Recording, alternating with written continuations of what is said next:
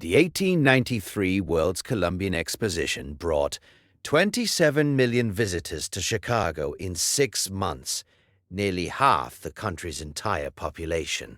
On the Midway Plaisance, anthropologists gathered living tradition keepers from multiple continents and exhibited their knowledge as examples of pre-modern stages of human development. But the craft traditions on display were not primitive. They were sophisticated, refined over centuries, encoding knowledge about materials and biological rhythms that the industrial technology of the White City could not replicate. The framing managed what was being shown. It turned living memory into museum exhibit. The 1893 World's Columbian Exposition in Chicago attracted 27 million visitors in 6 months. 27 million people in 1893, when the total population of the United States was 63 million. Nearly half the country, in a period when travel was expensive and time-consuming, came to Chicago to see the White City. The scale of the event, the ambition of its planning, the resources devoted to its construction and operation were without precedent in American cultural history. The fair's planners, Daniel Burnham, Frederick Law Olmsted, a network of architects and administrators of the first rank, devoted years to its design. Whole industries were mobilized to supply it. The federal government provided financial guarantees. Foreign governments were invited to participate. The cultural authority of the fair was, in 1893, essentially without parallel in American public life. What was the fair for? The official answer is capacious and well documented: to celebrate the 400th anniversary of Columbus's arrival in the Americas, to showcase American industrial and commercial achievement, to demonstrate the nation's readiness to take its place among the world's great powers, to provide a cultural and educational experience to millions of Americans who had no other access to the art and technology and cultural diversity on display. These purposes were real, and they were achieved. The 1893 fair was, by any measure, one of the most significant cultural events in American history. But the fair was also, and this is the dimension I want to examine, a management operation. A specific kind of management operation for a specific category of participant who would not normally be gathered, displayed, and managed in a single location. I am talking about the Midway Plaisance and the specific character of its ethnographic exhibitions. The Midway Plaisance was the entertainment and ethnographic section of the 1893 fair, stretching a mile westward from the main exposition grounds. It contained the rides and the food vendors and the commercial entertainments that made the fair profitable. It also contained, organized by Frederick Ward Putnam of the Peabody Museum with the assistance of Franz Boas and other anthropologists of the era, a series of ethnographic villages, living displays of non-Western cultures, communities of people brought from multiple continents to Chicago, housed in reconstructed versions of their traditional dwellings, and exhibited to 27 million visitors as representatives of the world's pre-industrial peoples. The official framing of the ethnographic villages was anthropological, a scientific display of human cultural diversity, an educational opportunity for American fairgoers to encounter the peoples and traditions of the wider world. The organizing framework was explicitly evolutionary. The ethnographic villages were positioned as representing stages of human development that the White City, with its neoclassical architecture and its industrial technology, had transcended. The Dahomean village, the Samoan settlement, the Cairo street, the Javanese village, were positioned in the fair's official organization and in the guidebook language that framed them for visitors as examples of earlier stages of civilization.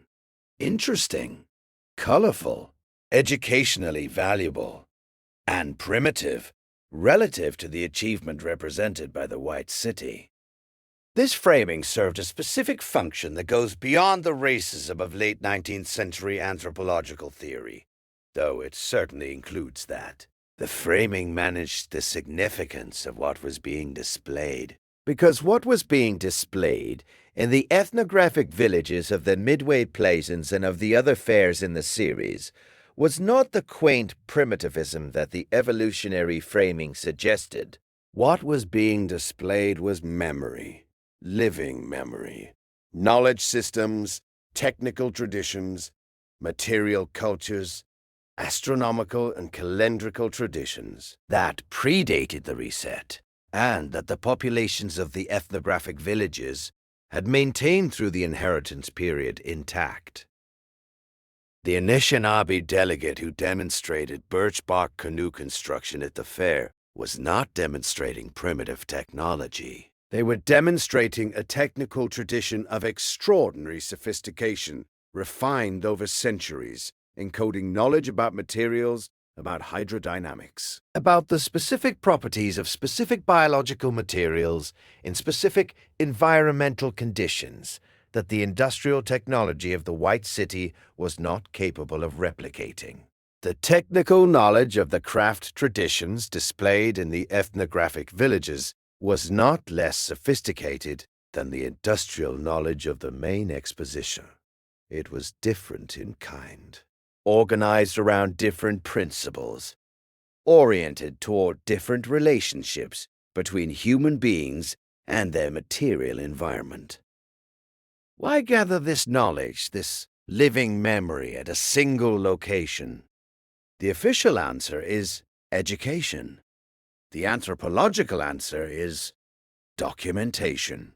Franz Boas and the other anthropologists associated with the fair's ethnographic program were genuinely committed to the documentation of what they correctly understood were vanishing traditions. Their commitment was real, their scholarship was significant, and the documentary work they did at the fairs of this period produced records of genuine historical value. But documentation is not the only thing that happens when you gather living tradition keepers at a single location under the auspices of a major cultural institution. Management also happens. The experience of being exhibited, of having your knowledge framed as anthropological curiosity rather than living wisdom, of being positioned in the official narrative of the fair as a representative of a pre-modern stage that the host civilization has transcended, is an experience that affects how the tradition keeper relates to their own tradition. It affects how the next generation relates to a tradition that has been officially categorized as primitive. It affects the confidence with which the tradition is transmitted, the authority with which it is claimed, the social context in which it is maintained. The World's Fair system, across its operation from 1851 to the early 20th century, gathered the last living holders of a vast range of pre-reset knowledge traditions and subjected them to the management mechanism of exhibition, not incarceration, not forced assimilation. Exhibition, the soft management that turns knowledge into spectacle, that frames memory as nostalgia, that positions the living tradition as a relic of a superseded past. The management that says, what you know is interesting, it is worth preserving, we will document it, we will display it, we will pay you to be here. And in doing so, ensures that what you know is categorized as something from the past rather than something for the present, something to be documented rather than something to be practiced, something to be exhibited in the Midway Plaisance rather than something to be applied in the White City. The fairs ended. The ethnographic villages were dismantled. The people who had been exhibited returned, or in many cases were unable to return, to the communities whose knowledge they held. The knowledge continued to be transmitted in many cases, with the resilience that living traditions show against enormous institutional pressure. But the framing that the fair system had applied to that knowledge, primitive, pre-modern, anthropological curiosity, persisted in the broader culture.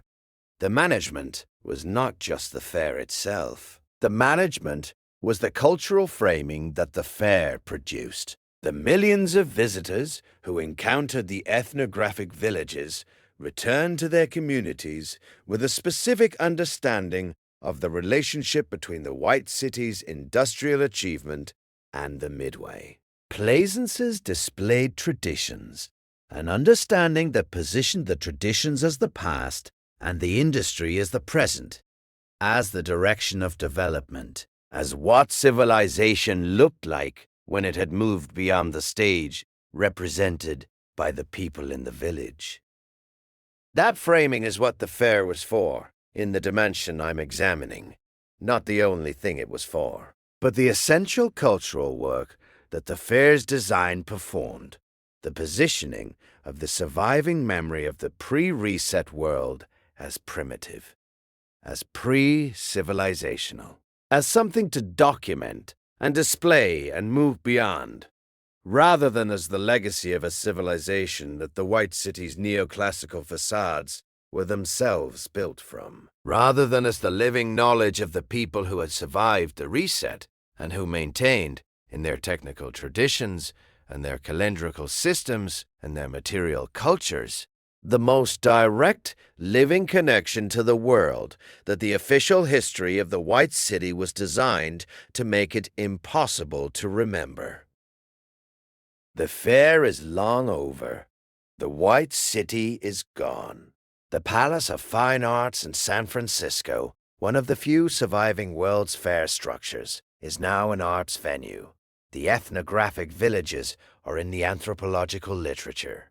The memory is in the communities that survived the exhibition, and the framing that the fair imposed on that memory is in the culture, in the evolutionary narrative of human development that positions the living descendants of the pre-reset world as representatives of humanity's past rather than as holders of humanity's most direct living connection to what was lost in the reset. That framing is the fair's most durable product, and it is still doing its work. If the World's Fair system gathered the last living holders of pre-reset knowledge traditions and subjected them to the specific management mechanism of being categorized as anthropological curiosity, and if that framing persists in how we think about those traditions today, what knowledge was being contained, and what would it mean to take it seriously instead of exhibiting it? Share your thoughts in the comments, and send this to someone who studies Indigenous knowledge systems and has never framed them against the White City.